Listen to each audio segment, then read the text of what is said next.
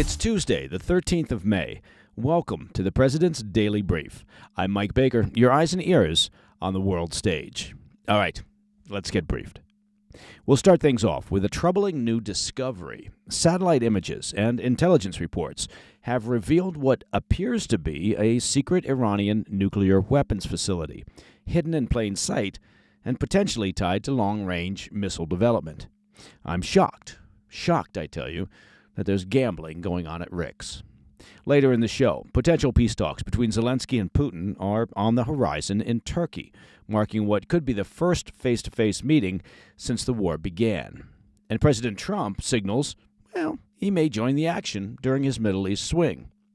Plus, one of the world's longest-running insurgencies comes to an end. The Kurdish PKK is disbanding after waging a 40-year insurgency against Turkey. And in today's Back of the Brief, high-stakes nuclear talks between the U.S. and Iran have ended with no breakthrough, but both sides are staying at the table for now. Perhaps while they're at the table, the U.S. can ask the mullahs about that secret nuclear weapons facility. But first, today's PDB Spotlight. In the middle of high-stakes nuclear talks between the U.S. and the Iranian regime, alarming new intelligence has revealed an alleged secret nuclear weapons facility being used by the mullahs to pursue enhanced nuclear warheads and hydrogen bombs. The newly identified site, reportedly codenamed the Rainbow Site, well, that sounds oddly cheery, by Iranian officials, has been operational since at least 2013 in Iran's Semnan province. That's to the east of the regime's already known nuclear facilities, such as the Natanz complex in Isfahan and the Fordo enrichment site south of Tehran. The primary function of this newly revealed site is said to be the extraction of a radioactive isotope called tritium. Did you know about tritium? It's used to enhance the capabilities of atomic weapons. That's according to a report from Fox News. Unlike the enrichment of uranium, which has civilian energy applications, the extraction of tritium has virtually no peaceful or commercial use. In fact, it's a key step toward the development of hydrogen bombs. The findings should give significant pause to those who still doubt Iran's ambitions or believe their oft-repeated assertion that their nuclear program is solely for civilian purposes. The revelation comes from the National Council of Resistance of Iran, or NCRI, which said they gathered the intelligence from a large network of sources operating inside the country. The dissident group presented their findings at a press conference last Thursday, releasing satellite imagery of the purported nuclear research complex and nearby air defenses and military infrastructure. They contend that the Iranian Defense Ministry's Organization of Defensive Innovation and Research has been overseeing research at the facility under the authority of Iran's Islamic Revolutionary Guard Corps, the IRGC. To mask their efforts, the sprawling 2,500-acre compound has been operating under the guise of a paint factory overseen by a chemical production company known as Diba Energy Siba.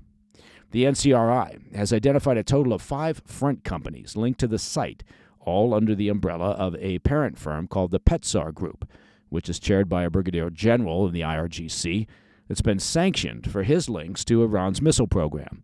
And that's according to a report from Breitbart. Further reinforcing the facility's links to the highest levels of Iran's military, the Rainbow Site is reportedly surrounded by military checkpoints, a no-access perimeter, and surveillance systems. Officials with NCRI say locals have long been told to steer clear of the area. They also point to the fact an advanced long-range radar system sits nearby the facility, likely strategically placed for defensive purposes in case the site is targeted. As I noted, the NCRI says the facility is specifically focused on the development of a hydrogen bomb, as tritium's main use is to amplify nuclear yield. Additionally, they say the site is being used to manufacture enhanced nuclear warheads intended for ballistic missiles with ranges up to 2,000 miles, which would put parts of Europe and also U.S. military bases across the Middle East within range. The deputy director for the NCRI's Washington office said, quote, "The information we released was entirely proven and verified by the sources on the ground, people who are familiar with these sites, who know about the people who have been going back and forth there, but also who was behind setting up and constructing these sites dating back to 2009, end quote. The dissident group criticized the international community's inaction on reining in the Iranian nuclear program. The program has been rapidly expanding in recent years, with the enrichment of uranium to 60% purity. That's far above civilian energy needs and dangerously close to weapons-grade levels. In April, the International Atomic Energy Agency, the IAEA, released a report confirming that Iran now possesses roughly 605 pounds of uranium enriched up to 60%, which they could theoretically convert into bomb-grade material within 1 to 2 weeks. They also reportedly hold nearly all the components needed to assemble a bomb. Officials with the NCRI say they hope their latest findings will persuade the Trump administration to demand the total dismantlement of Iran's nuclear program in their ongoing talks with the mullahs. We'll update you on those talks later in the show. They say such an outcome would help energize organized resistance movements inside Iran to challenge the authority of the ruling clerics, noting that the regime has spent an estimated $2 trillion on nuclear research while letting their civilian infrastructure crumble. They argue that the international community should formally recognize these opposition groups and their right to overthrow the ruling regime. In a statement to Breitbart, the NCRI said, quote, "The current moment presents a strong opportunity for the people of Iran to end the rule of the clerics. That's what we're calling for," end quote. All right, coming up after the break, possible peace talks between Zelensky and Putin take shape in Turkey. And after 4 decades of war, the Kurdish PKK says that it's disarming for good. I'll be right back. Hey, Mike Baker here. Well, this July, I suspect you've already heard about this, but this July, there's going to be a global summit of what's known as the BRICS nations being held in Rio de Janeiro. Now, the bloc of emerging superpowers, it includes China and Russia, and India and Iran, they're meeting with the goal of displacing the U.S. dollar as the global currency, and they're calling it the Rio Reset, because that's such a catchy name. As BRICS nations push forward with their plans, well, demand for U.S. dollars could actually decrease, bringing down the value of the dollar. And while this transition won't happen overnight, well, the Rio Reset marks a pivotal moment when BRICS objectives move from possibility toward reality. So you ask yourself, what can you do to protect your dollars, to protect your savings? Well, one thing you could do is check in with Birch Gold Group. Birch Gold Group can help you move your hard-earned savings into a tax-sheltered IRA in precious metals. Claim your free information kit on gold by texting PDB to 989-898. With an A-plus rating with the Better Business Bureau and tens of thousands of happy customers, let Birch Gold arm you with a free information kit on owning gold before July and that Rio Reset. Just text PDB to 989-898 today.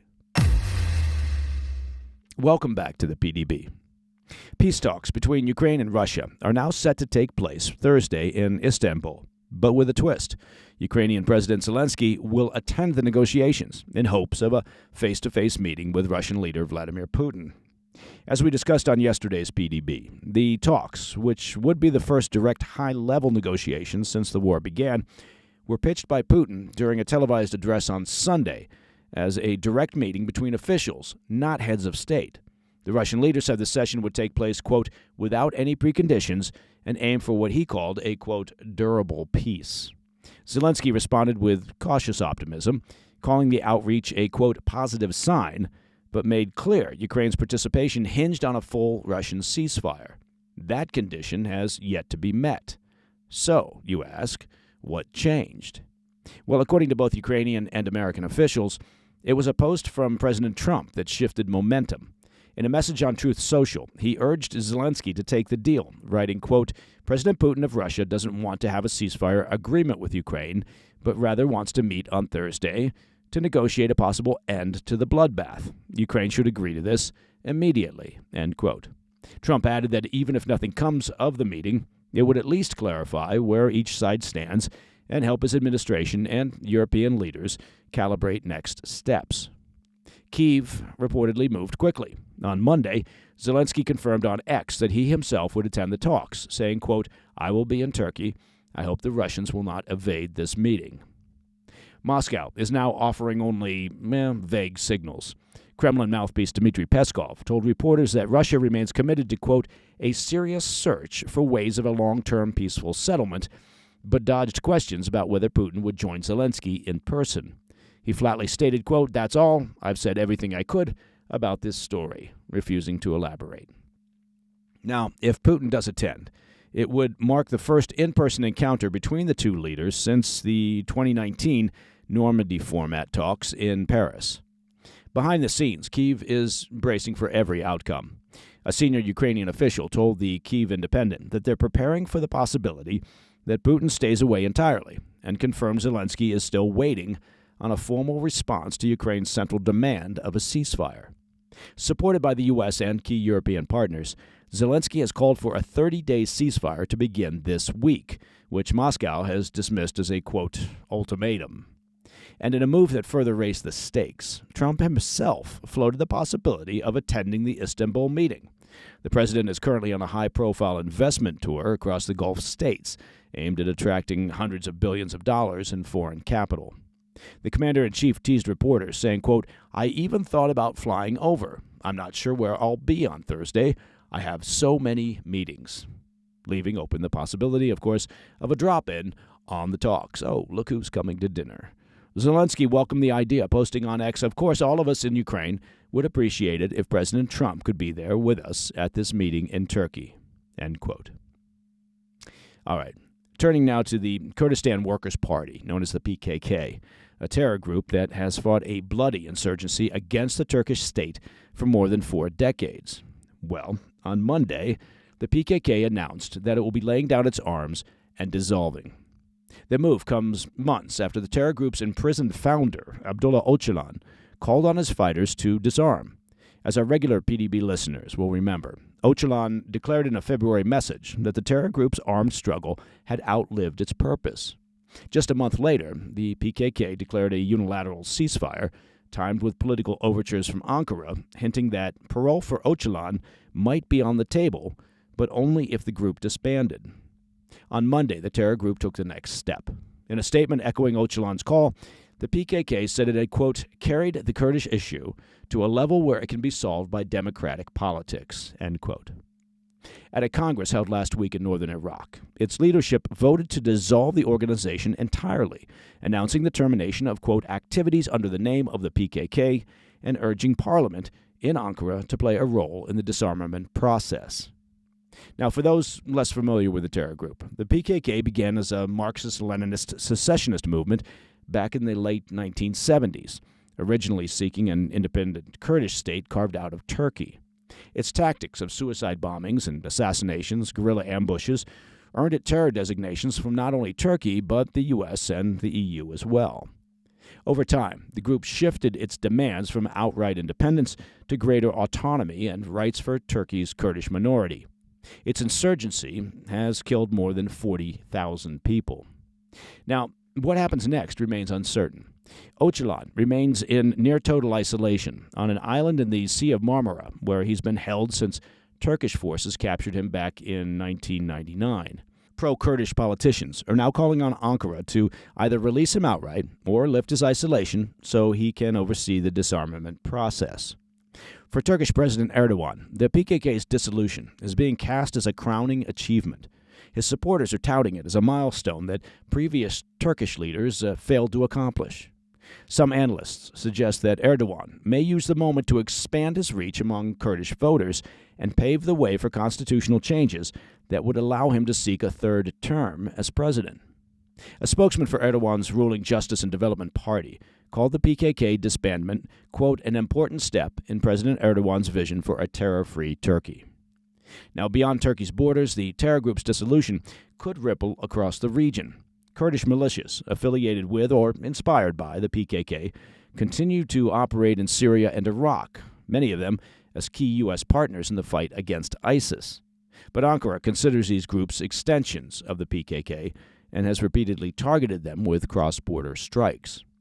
A political settlement with the PKK could reduce the need for those operations and potentially ease long-running tensions between Turkey and its NATO allies, who have urged Erdogan to rein in the attacks on American-backed Kurdish forces. Turkish officials insist no concessions were offered in exchange for disarmament. For now, the end of the PKK's armed insurgency represents the most significant development in Turkey's Kurdish conflict in decades. All right, coming up next in the back of the brief. The latest round of U.S. Iran nuclear talks has wrapped up. Tehran is calling them difficult, but both sides have agreed to keep the negotiations going. I'll have those details next. Hey, Mike Baker here. All right, let's take just a little bit of time to talk about eating smart, right? About eating healthy. Now, a big part of that effort is knowing where your food comes from. That just makes sense, knowing how it was raised and handled. After all, if you do not take control of your food supply, how you source your food, then someone else will, and that will likely be some large, faceless corporation. Now, if you're a fan of beef like I am, I'm about to give you a pro tip. I'm talking about where you can turn for high-quality beef. And, of course, I'm talking about Tri-Tails beef. Tri-Tails is a fifth-generation Texas ranch. It's run by real ranchers. There's no corporate nonsense, no middlemen, just pasture-raised, grain-finished Black Angus beef that delivers tenderness, rich marbling, and great taste in every cut. This grilling season, stock up before it's too late. And right now, when you order over $349, you get a free choice New York strip. Just go to trybeef.com/PDBgrill. That's trybeef.com/PDBgrill. Your family, your friends, and your grill will thank you. In today's back of the brief, the latest round of high-level nuclear negotiations between the U.S. and Iran wrapped up in Oman this weekend, with both sides offering sharply different interpretations of how things went, but agreeing to keep talking. The U.S. says it's encouraged by the outcome of Sunday's meeting, while Iran called the talks difficult but useful. The session, held in Muscat and mediated by Omani officials, lasted over 3 hours and marked the fourth round of diplomacy since mid-April. At the heart of the stalemate is uranium enrichment. Iran insists it has the right to enrich for peaceful civilian purposes, while the U.S. side, led by Special Envoy Steve Witkoff, has declared that no enrichment whatsoever can be allowed under any deal. Witkoff has also said centrifuges must be dismantled and that any rollback of Iran's nuclear program must be permanent, not time-limited, like in the past 2015 agreement. Iran's Foreign Minister Abbas Araghchi did signal some willingness to limit the amount and purity of enriched uranium as a confidence-building step. But he was clear there's, quote, no room for discussion about ending enrichment inside Iran. Iranian President Pezeshkian made a similar statement, saying Iran would never seek a nuclear weapon, but also would not give up what it sees as its peaceful nuclear rights. The talks are taking place under a 2-month deadline laid out by President Trump, who's doing a tour of the region this week. He's hoping to notch a foreign policy win amid mounting frustrations over stalled progress in Ukraine and also in Gaza. Vice President J.D. Vance called the current talks, quote, on the right pathway, while Trump has warned that military strikes remain an option if diplomacy fails. In the background, a fragile truce between the Iran-backed Houthis in Yemen and U.S. forces brokered just last week. That deal is credited with helping get the stalled nuclear talks back on track. The next round of negotiations is expected within weeks, though no firm date has been announced. Both sides are expected to consult with their leadership before returning to the table. And that, my friends, is the President's Daily Brief for Monday, the 12th of May. Now, if you have any questions or comments, please reach out to me at pdb@thefirsttv.com. As a public service announcement, well, remember that you can listen to the show ad-free simply by becoming a premium member of the President's Daily Brief by visiting pdbpremium.com. And finally, don't forget to take a minute out of your day to check out our YouTube channel. You can find that at President's Daily Brief. I'm Mike Baker, and I'll be back later today with the PDB Afternoon Bulletin. Until then, stay informed, stay safe, stay cool. Hey, Mike Baker here. Let's talk about your security. Specifically, let's talk about your online security. And I want you to check out this excellent business. It's called Delete Me. Now, Delete Me makes it quick and easy and safe to remove your personal data online at a time when surveillance and data breaches are common enough to make, well, everyone feel vulnerable. Look, it's easier than ever, you know this, to find personal information about people online. And having your address, your phone number, your family members' names hanging out on the internet, well, it can have actual consequences in the real world, and it makes everyone vulnerable. With Delete Me, you can protect your personal privacy or the privacy of your business from doxing attacks before sensitive information can be exploited. Take control of your data and keep your private life private by signing up for Delete Me. Now at a special discount for our PDB listeners. Today, you can get 20% off your Delete Me plan by texting PDB to 64000. The only way, again, to get that 20% off, just text PDB to 64000. That's PDB to 64000. Message and data rates may apply. Hey, thanks for tuning in. If you enjoyed this video, don't forget to hit that like button and leave a comment, a really positive, nice, and kind comment. That would be appreciated. And if you're not already subscribed to our channel, make sure to subscribe and turn on notifications so you don't miss any of our daily updates.